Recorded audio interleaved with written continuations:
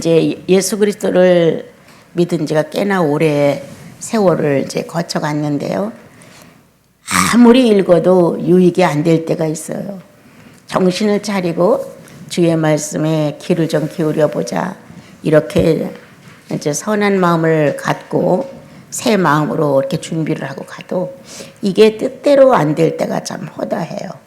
그래서 그런지 성경은 은혜가 될 때마다 새롭죠. 처음 듣는 것 같고 처음 보는 것 같고 처음 읽는 것 같고 그렇습니다. 그런데 이제 유감된 것은 성경의 인물이 나로부터 동떨어져 있다는 거예요. 성경의 인물과 내가 밀접한 관계를 맺어야 성경은 늘 친근함이 있고 다정다감하고 그리고 온기가 느껴지고 거기서 내가 뭔가 살아갈 의미를 찾게 되고 이런데 그렇지 않으면 성경은 어떤 그 책보다도 어떻게 보면 흥미가 없고 무거운 짐일 수도 있어요.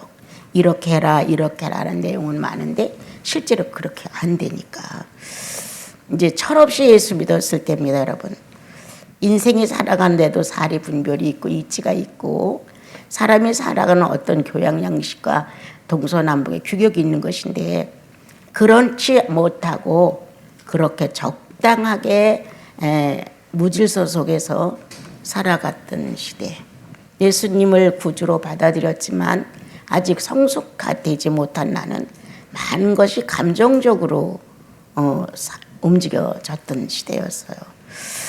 그런데 성경을 보면은 이해가 안 되고 모르는 게 더 많고 그래도 책을 좀 읽었는데도 불구하고 성경은 꽤나 어려운 책이었어요. 저에게는.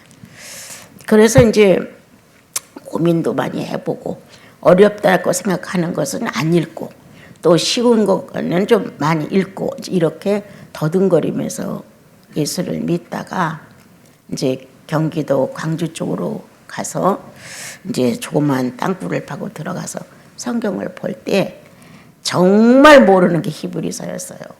정말 난 이해가 안 됐어요. 그래서 정말 찍고 노트를 몇 권을 찍고 노트를 또 쓰고 이렇게 해서 시간을 가졌는데도 별걸 못 느꼈어요. 그런데 그것이 이제 시간이 지나고 나서 얼마 안 가서 그냥 자연스럽게 성경을 펴서 쭉 읽는데 아까 38절, 11절 이런 사람들은 세상에 감당하지 못했다. 그게 꽉 밀치고 들어오는 거예요. 그래서 뭔가 얼떨결에 뭐가 어떤 정신이 번쩍 드는 것처럼 이거 뭐지? 이렇게 생각을 하면서 다시 몸을 움직여서 성경을 또 들여다봤어요. 이런 사람들은 이 믿음의 사람들은 세상에 감당하지 못했다. 이렇게 내용을 다시 한번 읽으면서 제 마음에 어떤 녹음이 된다고 할까?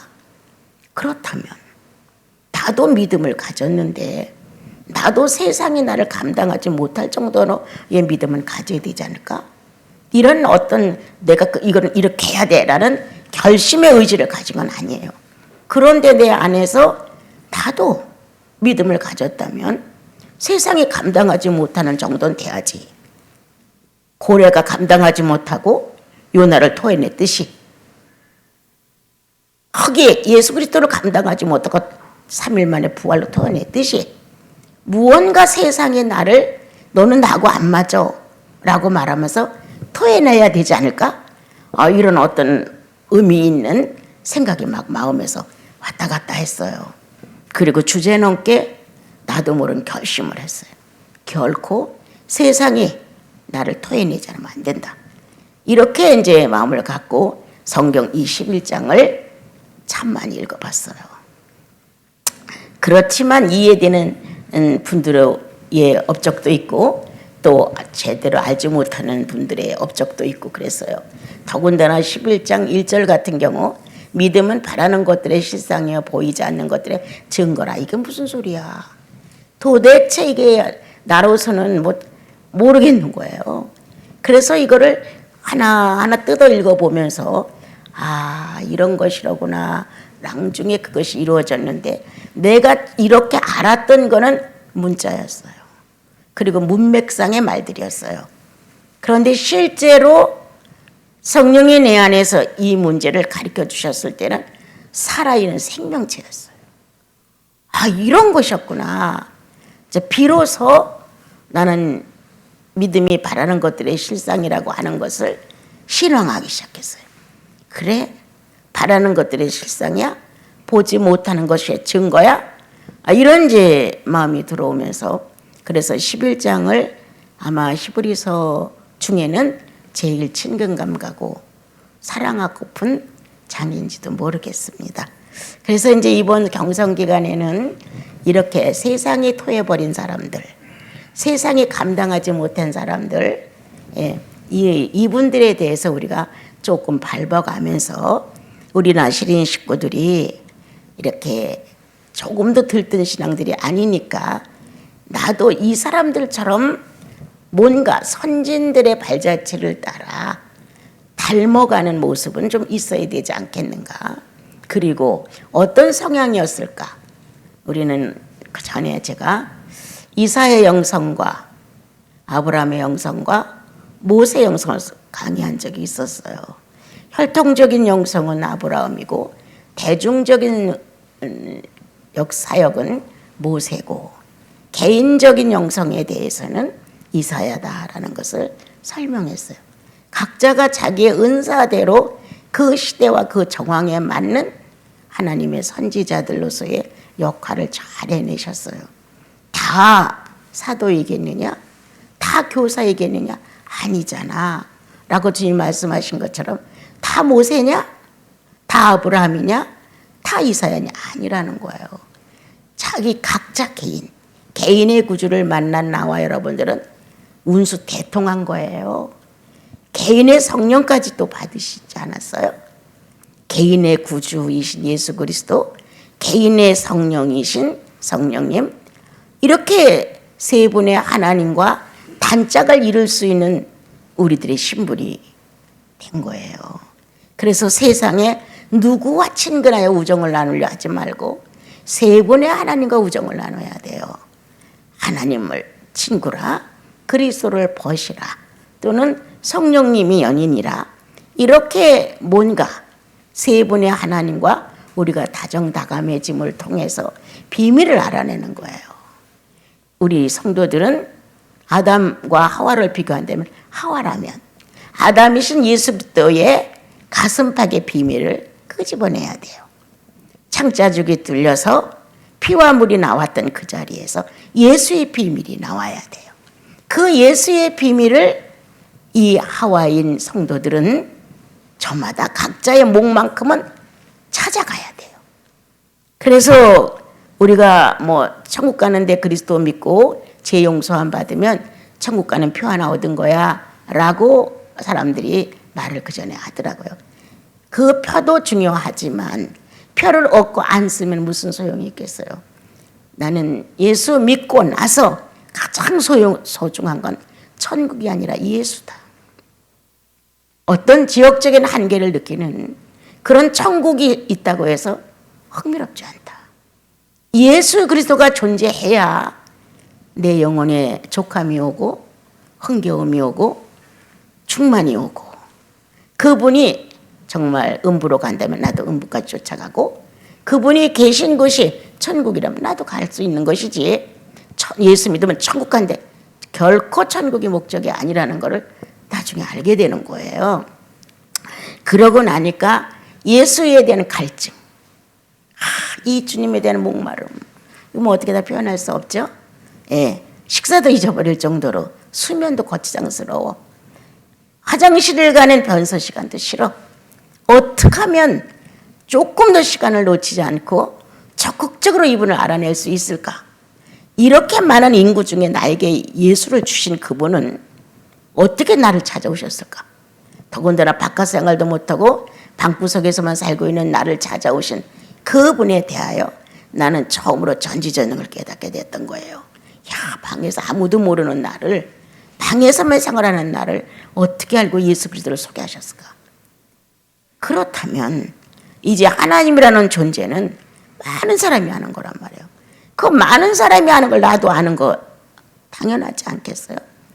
나는 정말 천국이 그리운 것이 아니라 영생을 주신 하나님이 너무 찾고 싶었고 영생의 확신이 됨으로 인하여 내 자신 속에 피 흘림이 없이는 사함을 받지 못한다는 이 확실한 내용을 넣어주신 예수 그리스도가 너무 고마웠어요. 누가 나를 위하여 피를 흘려 죽어주겠는가? 누가 나를 위하여? 부모도 형제도 못해. 아내도 남편도 못해. 그런데 그분이 내가 알지 못하는 그때에 그분이 오셔서 피 흘려 죽으셨다는 거예요. 이런 사실이 영혼 속에 믿어진다고 하는 것 얼마나 큰 기적이에요. 여러분, 다윗은 이런 시를 고백했습니다. 하나님이 원하시는 제사는 상한 심령이라. 우리는 제물로서 어떤 흥정을 보려고 노력을 해요. 그런데 주님은 내가 원하는 게 뭔지 알아. 자기를 낮추고 자기가 죄인인 걸 깨닫고 얼마나 어리석었고 얼마나 완벽을 추구했는지 허탈한 자기 자신, 비어있는 자기 자신을 발견하고 예수께 나와 엉엉 울며 고백하는 거예요. 너무 당신을 몰랐습니다. 성령의 감동, 정말 주여 나 너무 몰랐습니다. 이러한 심령이 상한 고백이 영혼 안에서 흘러내릴 때 주님이 좋으셔서 목을 끌어안고 탕자를 어루만지듯 나와 당신들을 어루만져 주시겠죠. 그러한 주님과의 우리들의 추억이 있는데 어떻게 그렇게 제멋대로 살아갈 수가 있겠습니까? 오늘 세상에 감당하지 못하는 믿음을 은사로 받은 여러분, 그리고 저도 한몫 껴야 되겠어요. 그래서 이 믿음이란 그전에도 말씀드렸죠.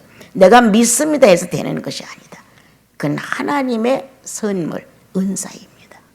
하나님의 선물인 은사인 믿음을 내가 창출해낸 것처럼, 내가 만든 것처럼, 내가 소유하고 있는 것처럼 믿습니다.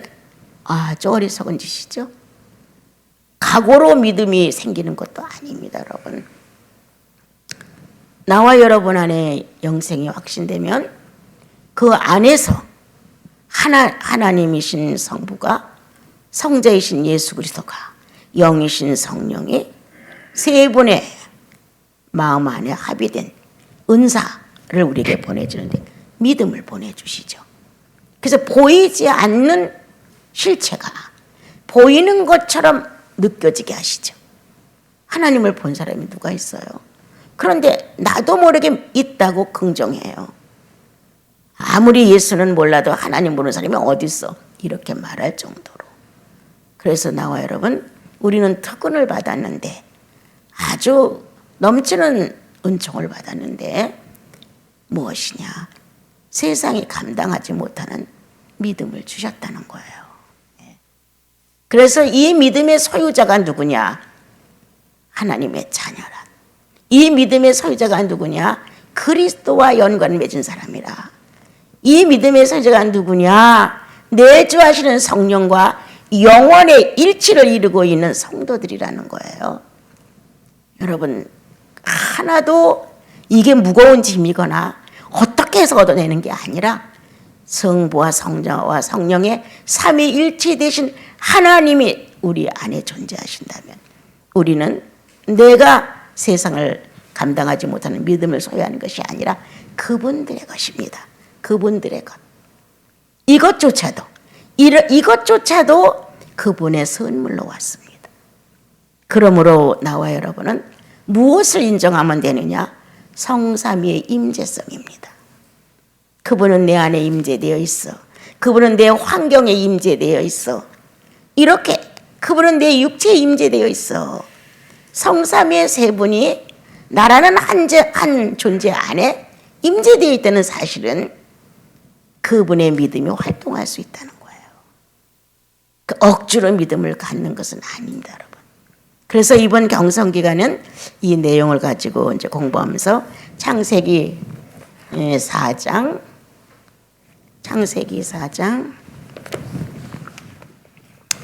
창세기 펴보세요.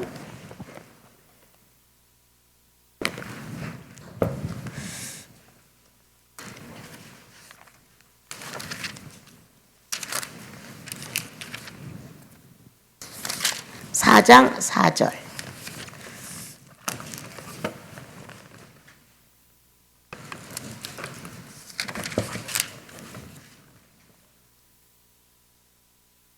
자, 우리 같이 읽어요.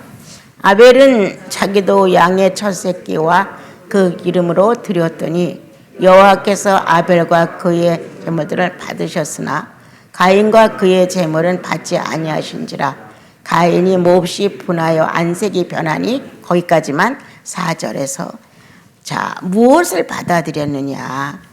아벨은 아벨과 예물을 받아들였대서. 주님이 예물만 탓하신 것이 아니라, 받아들였다가 아니라 아벨과, 읽어보세요. 아벨과 그의 제물을 받으셨으니, 이렇게 되어 있어요. 예, 제물이 아무리 좋아도 제물을 드리는 주인공을 받지 아니하면 그건 아무런 의미가 없어요. 그런데 나와 여러분의 종교성은 나는 관계없고 예물에 관심을 두는 거예요. 더 좋은 걸로, 더 비싼 걸로, 더 멋진 걸로, 이렇게. 나는 엉망진창인데 하나님께서 가장 멋있는 예물로 준비하신 것이 예수 그리스도였어요. 그럼 예수 그리스도라는 예물과 내가 연합되어 있는 한 사람이면 나도 그분의 예물이에요. 그런데 나라고 하는 주인공은 빼놓고 내가 다시 선택해서 드리는 예물, 물질인 예물에 대하여 우린 너무 많은 관심을 가지고 있어요. 내가 여러분들 만나서 많이 쓴 말 중에 하나가 뭐였어요? 금식하려고 하지 말고, 철회기도 하지 말고 양심을 한번 바로 서라. 그게 멋진 예배다. 주일 한번 어기면은 하늘에서 불이라도 내려와서 저주를 받을까봐 주일을 지켜야 돼. 이거 이렇게 하지 마라. 어디 가서 이 마음 한 번을 바르게 써라. 이런 얘기를 참 많이. 나는 정말 예수 믿는 사람들이 그렇게 사는 줄 몰랐어요. 내가 그 예수원에 갔었을 때 신부님이 나에게, 그 딸이 그 당시에 5학년이었는데 버니가, 얘는 거짓말이라는 낱말을 몰라서, 그 뜻을 몰라서 아무리 설명을 해도 이해를 못해서 밤을 새고 울었다는 얘기를 나한테 해주더라고요. 그래서 그때 그게 이해가 됐어요. 예수 믿는 사람은 그 정도는 돼야 되지 않을까. 이거 뭐 거짓된 마음, 막 더러워진 양심, 이거 다 있는 대로 벌려서 자기 생활 다 하고 예물만 양 한 마리 멋진 거 구해다가 제사만 지내면 끝. 하나님 이거 먹고 떨어지십시오. 그리고 나 필요한 것 좀 축복해 주십시오. 이런 식으로 우리 예수 믿는 모습이 참 많습니다, 여러분. 아니라고 부인 못해. 정말이에요. 그래서 이제 오늘 우리는 어떤 예물인가? 예수 그리스도가 이미 제물이 되어서 하나님께 충만함을 드린 구원이라는 거예요. 그 구원이 나와 여러분들 속에서 의를 이루어서 우리가 주님 앞에 나가면 나가 아니라 내 안에 예수 그리스도입니다. 우리는 자꾸 오해를 한 것 중에 하나가, 날 사랑해. 하나님은 날 사랑해. 날 사랑한 데 지쳐가지고 내가 잘못하고도 저 사람이 잘못됐으면 좋겠는 거예요. 이렇게 하나님은 내 편이고 나만 사랑하고 저 사람에 대해서는 자비하지 않고 무자비하고 몰인정하고 잔인스럽고, 이런 하나님을 만들어 가려고 하는 거예요. 결코 아니죠, 여러분. 이 잘못된 신앙을 고치지 아니하면 열심히 예수 믿고 성장 못하고 죽는 모습밖에 남는 게 없어요. 그래서 오늘 한번 우리는 성경을 그냥 설교 듣고 가는 게 아니라 들으며 판단하는 거예요. 주님 앞에서. 나도 그랬어. 내가 나를 준비하는 게 아니라 나는 괜찮고 예물만 좋은 걸로 갖다 바치면 하나님은 이거를 지극정성으로 내가 준비했으니까 이거를 받으시고 내 인생에 필요한 걸 공급할 것이다. 이렇게 상거래를 하지 않았을까? 역시 주님, 나 아무것도 보잘것없고 내 속에 예수 계시니 하나님의 마음에 충만을 선물했던 그리스도의 예물이 계시니 나조차 받으시는 것을 감사합니다. 예수 때문에, 예수에 의하여 나도 그 예물의 한몫이 된 거예요, 여러분.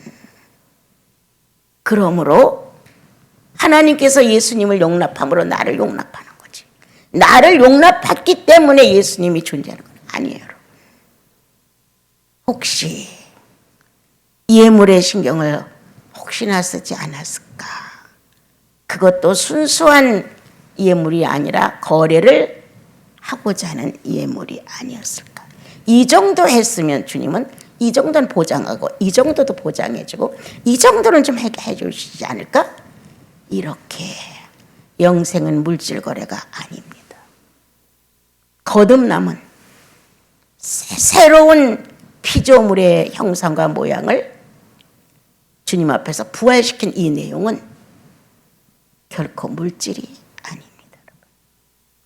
그런데 우리는 내가 그분의 직접적인 예물이라는 것, 제물이라는 것을 잃어버리고 내가 바치는 것이 제물이라고 생각했던 마음이 있다면 오늘 한번 청산해 봅시다.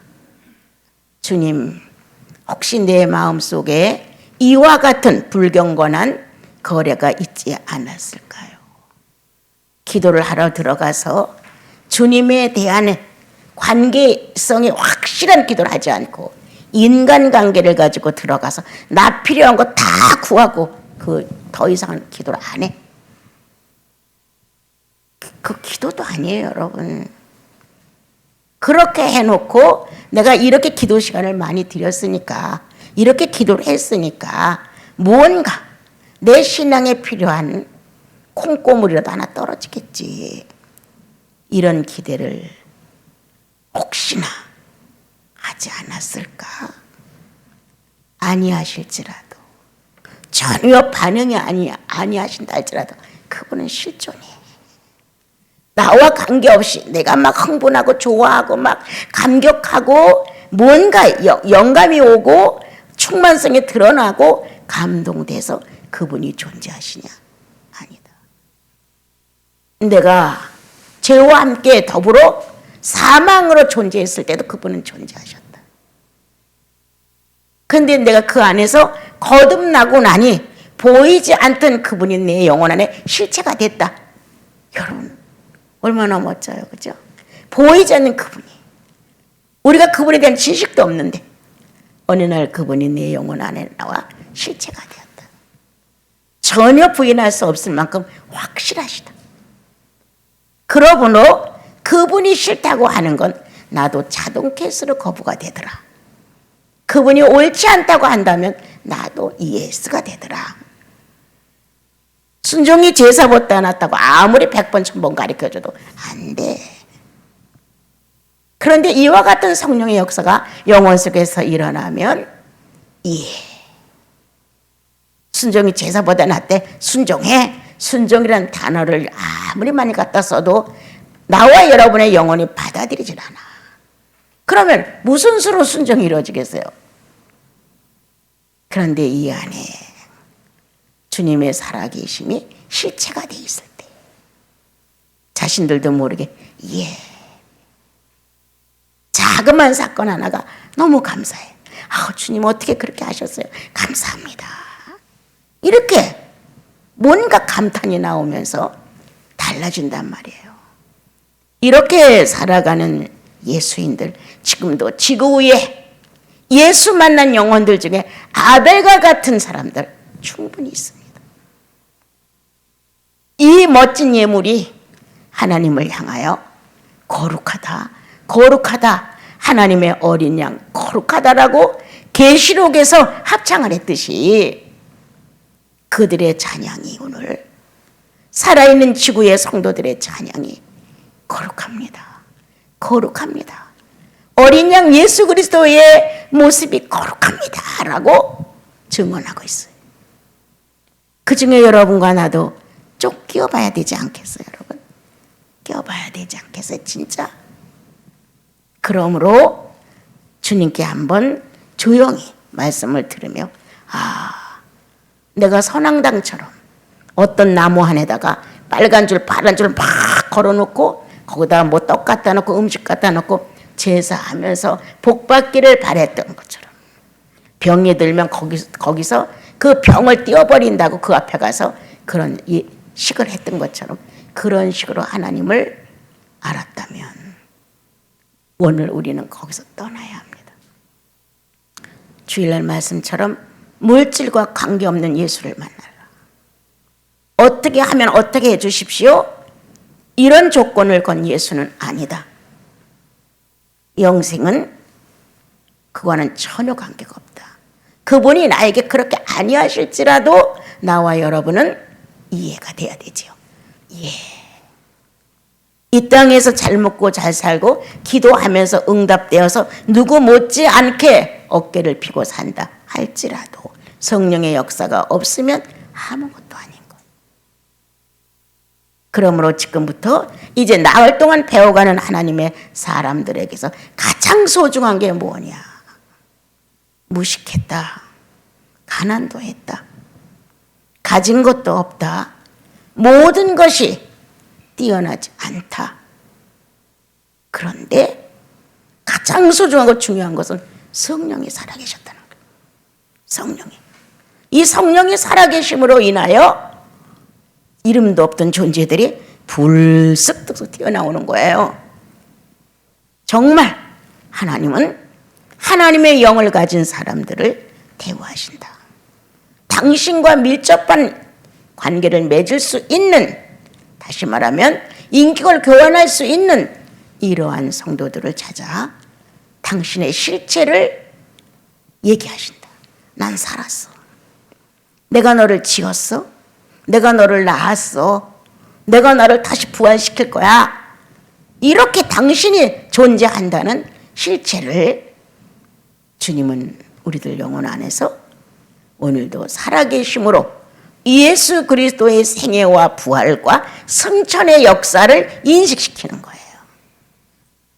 내가 처음에 예수 믿고 수십 년을 살면서 크게 느낀 게 뭐냐면, 한국에는 왜, 죄송해요, 용서가 들어주세요, 왜 승천을 안 가르칠까? 왜 부활을 별로 안 가르칠까? 예수 믿고 기도하고 처리하게도 은사 받고 부자 되는 건 잘 가르치는데 왜 예수의 행적에 대해서는 안 가르칠까? 이게 엄청 내 마음을 어렵게 했어요. 정말 예수 믿으면 이렇게 됩니다. 예수 믿으면 이렇게 됩니다. 그 예수와 함께 살아갈 수 있는 내용들이 나오는 게 아니라, 기도하면 이렇게 됩니다. 기도하면 응답됩니다. 뭐 순전히 그런 식이었어요. 참 신기하다. 우리들이 바라는, 내 영혼이 바라는 것은 그리스도예요. 설사 그가 남루에서 길에 버려진 강도를 만난 나그네 같아도 그게 내 인생의 예수라면 우리는 끌어안아야 되잖아요. 그렇지 않아요. 나에게 영생을 확신하게 해서 하나님의 신이 내 안에 실제로 살았다는 걸 감지했다고 해봐요. 그와 같은 분이 주님이 쓰러져서 있다고 한다면 그냥 갈 수 없어요. 그렇게 버려진, 아무도 소유하고 싶지 않은 그 한 사람을 우리는 주님이라고 끌어안는다는 거예요. 그런 예수가 없더라고요. 기도를 했더니 뭐가 얼마만큼 흥황이 됐고, 뭐가 얼마만큼 도움이 됐고, 어떤 일이 이루어졌고, 이거는 굉장히 많이 나와요. 그런데 예수 그리스도와 내가 같이 함께 사는 실상은 소개가 되지 않았어요. 오늘 가인과 아벨의 다른 점이 뭐냐? 어떤 겁니까, 여러분? 어떤 겁니까? 예물입니까? 우리는 거의 다가, 가인은 이걸 바쳤고 아벨은 이걸 바쳤기 때문이야 물질적인 예물을 얘기합니다. 아닙니다, 여러분. 하나님이 보셨을 때 아벨은 스스로 예물이었어요. 자기 자신이. 가인은 자기가 물질로 바치는 게 예물이었어요. 이 차이가 얼마나 컸냐.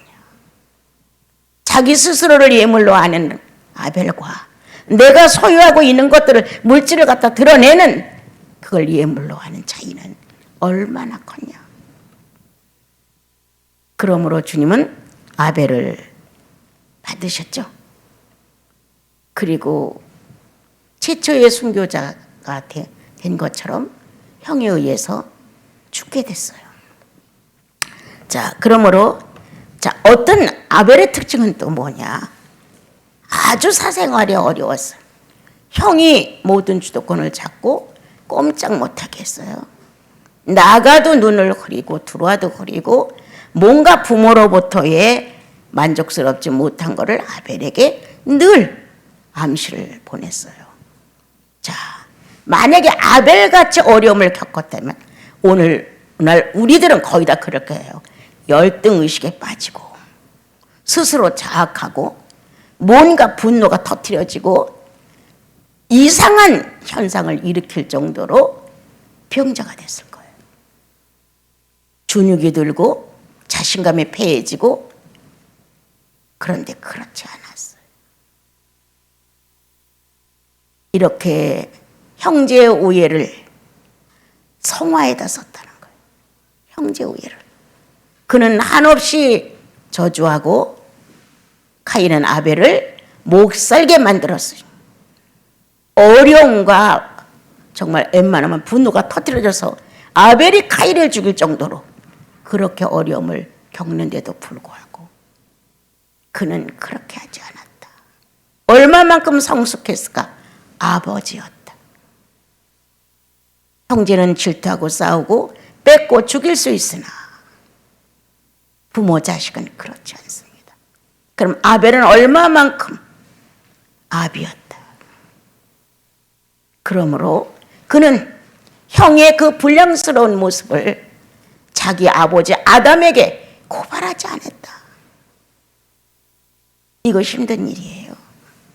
어디인가 표현이라도 형이 나를 못 살게 군다니까요. 죽겠어요 나. 이런 표현이라도 나온다는 거예요. 그런데 아벨은 아비 같은 마음으로 못난 자식을 덮어가는 아비의 마음으로 그를 용납하고 있었다는 거예요. 그래서 나와 여러분이 이 성경을 보게 되면 대단하다. 사생활 중에 아벨은 이 카인의 괴로움을 통하여 엄청난 성화가 되었다. 그렇지 않았더라면 문제가 커졌을 것이에요. 두 아들을 하루아침에 다 잃을 수 있는 게 아담이었어요. 같이 싸우고 같이 덤볐더라면 두 아들을 다 잃을 수 있었어요. 그런데 주님은 그렇게 아니하시고 아벨을 장차 오실 예수 그리스도를 보는 것처럼 예표의 사람처럼 만들어 형으로부터의 매를 맞고 죽게 되었습니다. 자, 내가 여러분께 한번 말씀드리고 싶은 거 있어요. 아벨과 하나님은 어떻게 그렇게 친해졌을까? 아벨은 전체를 누구한테 갔을까? 하나님께 갔죠. 자기 아버지가 섬기는 하나님께로 갔어요. 그래서 하나님과 아벨은 성령을 통하여 한 통로를 사용해서 영혼 안에서. 그러므로 어떤 모습이었을까요?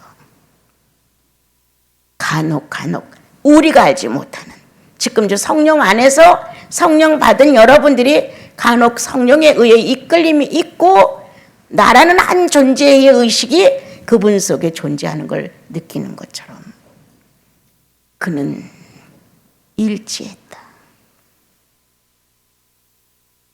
성경은 그런 말은 없습니다, 여러분. 그러나 카인을 이길 수 있는 내용은 아비의 심정이며 그는 일치성을 갖고 있었다는 거예요. 하나의 합일이 되어 있는 상태를 우리에게 말하죠. 그리고 일어나고 있는 분노의 억울함, 복수, 오기, 이와 같은 자아의 불량함을 그는 정복했다. 자기 싸움이라고 생각했다. 형이 나빠서가 아니라 내가 형을 어떻게 이것을 소화할 것이냐. 형이 이보다 더 악할지라도 나는 어떻게 이걸 용납해 드려야 되느냐. 형을 놓고 그는 자기 자신의 약점을, 내면에 숨어있는 자아들을 봤을 것이다. 나는 이런 사람이야. 표현은 안 해도 이렇게 난 악해.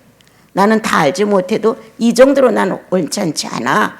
뭔가 자기 자신의 싸움이었다는 거예요.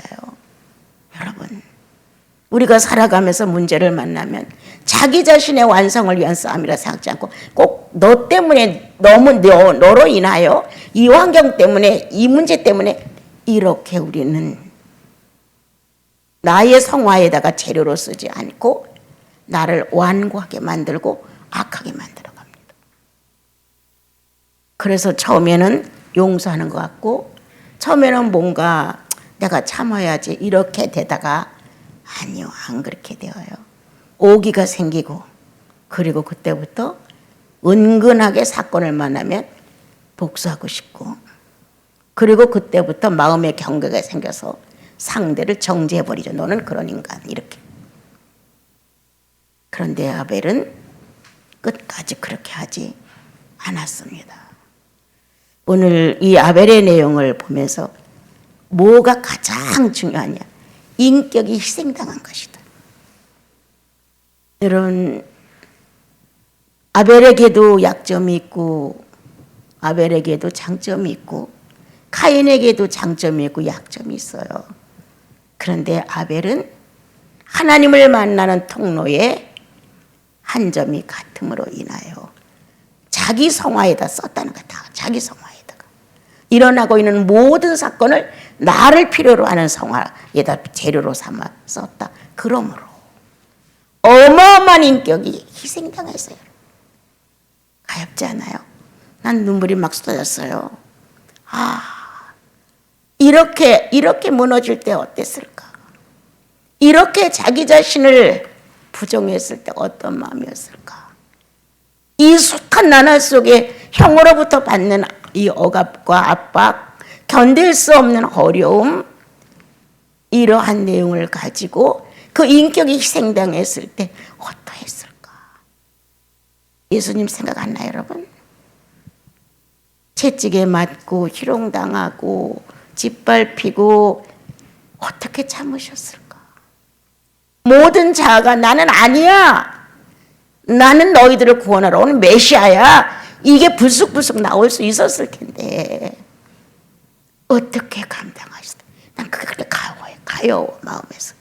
난 이 자기 인격이 희생당하는 아벨의 모습을 보고 내가 너무너무 화느껴요. 막 어떻게 견뎠을까? 공감할 수 있어. 나도 어느 정도는 그게 뭔지 알아. 이런 마음 들어가요. 다 괜찮을 것 같아서 겉으로 볼 때는. 그러나 인생은 그렇지 않아요. 저마다 자기의 수준에서 당하는 건 다 당하고 어렵고 힘든 거예요. 그런데 다른 것보다 인격이 무시당하면서 인격이 희생을 당할 때 그 아픔, 참는다고 기쁨으로 참아지는 거 아니에요. 희생당하면서 참아지는 거예요, 여러분. 아벨을 존경한다고 한다면 자신을 예물로 놓았던 것, 아비 같은 마음으로 형의 약점을 자기의 성화에다 갖다 썼다는 것, 다시 숱한 나날 속에 여러 가지 증상이 있었는데 그 인격 희생당함에 대하여 그가 유구무원이었다는 것, 침묵했다는 것, 예수의 모습을 그대로 연상케 만들어주지 않아요? 얼마나 많은 인격을 희생당했는가? 얼마나 많은 인격을.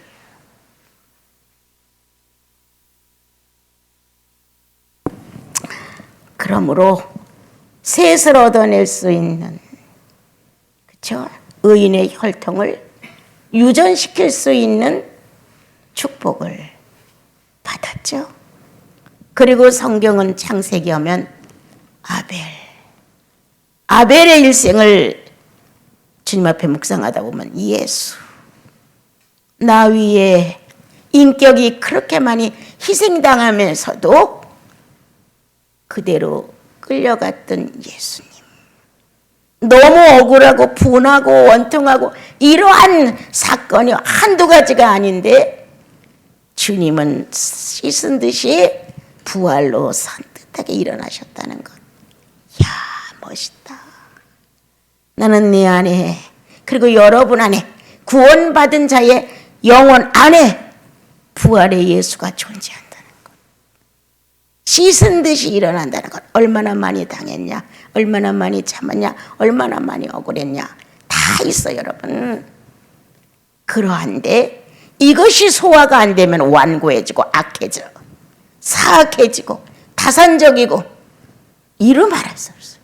복수심은 항상 마음속에 있고, 이거는 불행을, 이렇게 어려움을 성화의 재료로 쓰지 않았기 때문에. 예수 그리스도와 아벨은 성화의 재료로 썼어요.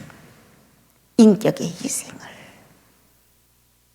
그러므로 셋이 혈통을 이어주는 축복을 받았듯이 그리스도가 부활로 일어나셨다. 그럼 이걸 나한테 접근을 시켜야죠, 여러분. 그렇잖아요? 나도 주님 앞에 거룩하고 병들지 않은 아주 주님이 보시기에 기뻐하실 만한 제물이다. 왜? 예수가 구원하셨으니까. 그리스도의 구속주로 인하여 내가 구원을 받고 주님 앞에 당당한 예물이 됐다. 내 인격의 예물이 주님을 향해서 사용됐다는 거예요. 그러므로 우리들의 성화를 위하여 사생활에서는 갖가지 많은 일들이 일어난다. 이렇게 인격이 희생당하는 그러한 사건들이 일어났을 때 우리는 그리스도의 제물로서의 모습을 지니게 되면 주님은 3일 만에 씻은 듯이 부활로 일어났듯 셋이라는 새로운 혈통의 뒤를 이을 수 있는 자녀를 보냈듯 우리에게도 새로운 의식으로 새롭게 일어날 수 있는 부활의 재료가 충분히 있다. 오늘 아벨을 들으시면서 우리 좋은 점만 보자고요. 이제 앞으로 배우는 게 세상에 감당하지 못하는 분들의 믿음이니까 배우면서 한 번씩 자기를 냉정하게 돌아봐야 돼. 예. 자기 자신에 대해 너무 관용적이고 너무 후회. 그리고 다른 삼자에 대해서는 아주 인색해. 예. 내가 잘못한 거는 아무렇지도 않아. 크게 생각도 안 돼. 근데 상대가 잘못한 건 크게 눈에 띄어. 그리고 아주 그게 가시야. 이런 식으로 살면서도 우린 몰랐다는 거예요. 그건 왜? 내가 예물이 안 됐기 때문에, 내가 제물이 안 됐기 때문에, 내가 하는 것이, 내가 드리는 것이 제물이었기 때문에 그렇죠. 그런데 아니죠. 아벨이 제물이죠. 예수 그리스도가 제물이죠. 나도 제물이죠, 여러분. 여러분도 제물이죠. 그래서 하나님 아버지의 원하는 허전한 자리를 채우는 게 바로 여러분과 우리죠. 오늘 아벨에 대해서 잠깐 들으셨습니다. 조금 반성을 좀 해보시면서 듣고 끝마치면 안 돼. 네, 나도 인격 희생을 좀 그리워해보자. 인격 희생을 좀 당할 수 있게 좀 일 좀 저질려는 일이 있으면 좋겠다. 한번 그렇게 해보세요. 주님으로부터 난 반응이 안 하면 재미가 없어 살아가는. 어디선가 뭔가가 찝쩍거리는 소리가 들려야 으이크 또 한 대 맞는구나 이러면서 경성해요. 나는 내가 딱 이렇게 경계를 치죠. 여 정도까지만 용납을 하고 이 정도는 안 돼. 이렇게 이제 딱 마음을 갖죠. 그래서 오늘 아벨입니다. 여러분, 주님을 위해 희생하는 아벨입니다. 성령을 위해 희생하는 아벨입니다. 그러므로 여러분들은 내가 드리는 것에 대하여 관심 갖지 말고 나에게 관심을 가지십시오. 내가 그분께 드리는 예물입니다. 제물이니까요. 그리고 그 제물은 연단을 받지 않으면 안 됩니다. 반드시 온전한 연단을 받은 제물이어야 되는데 이렇게 한 가정에서 형과 아우 사이에 일어나고 있는 무서운 전쟁, 그 무서운 인격을 희생당하며 아버지 앞에 송사하지 않았다. 아담 아버지, 하나님 아버지, 이런 식으로 하면서 나 카인 때문에 힘들어요, 이렇게 안 했다는 거예요. 상대를 놓고 송사하지 마라. 상대를 놓고 정죄하지 마라. 그냥 내 성화의 자료로 충분하다고 생각하십시오.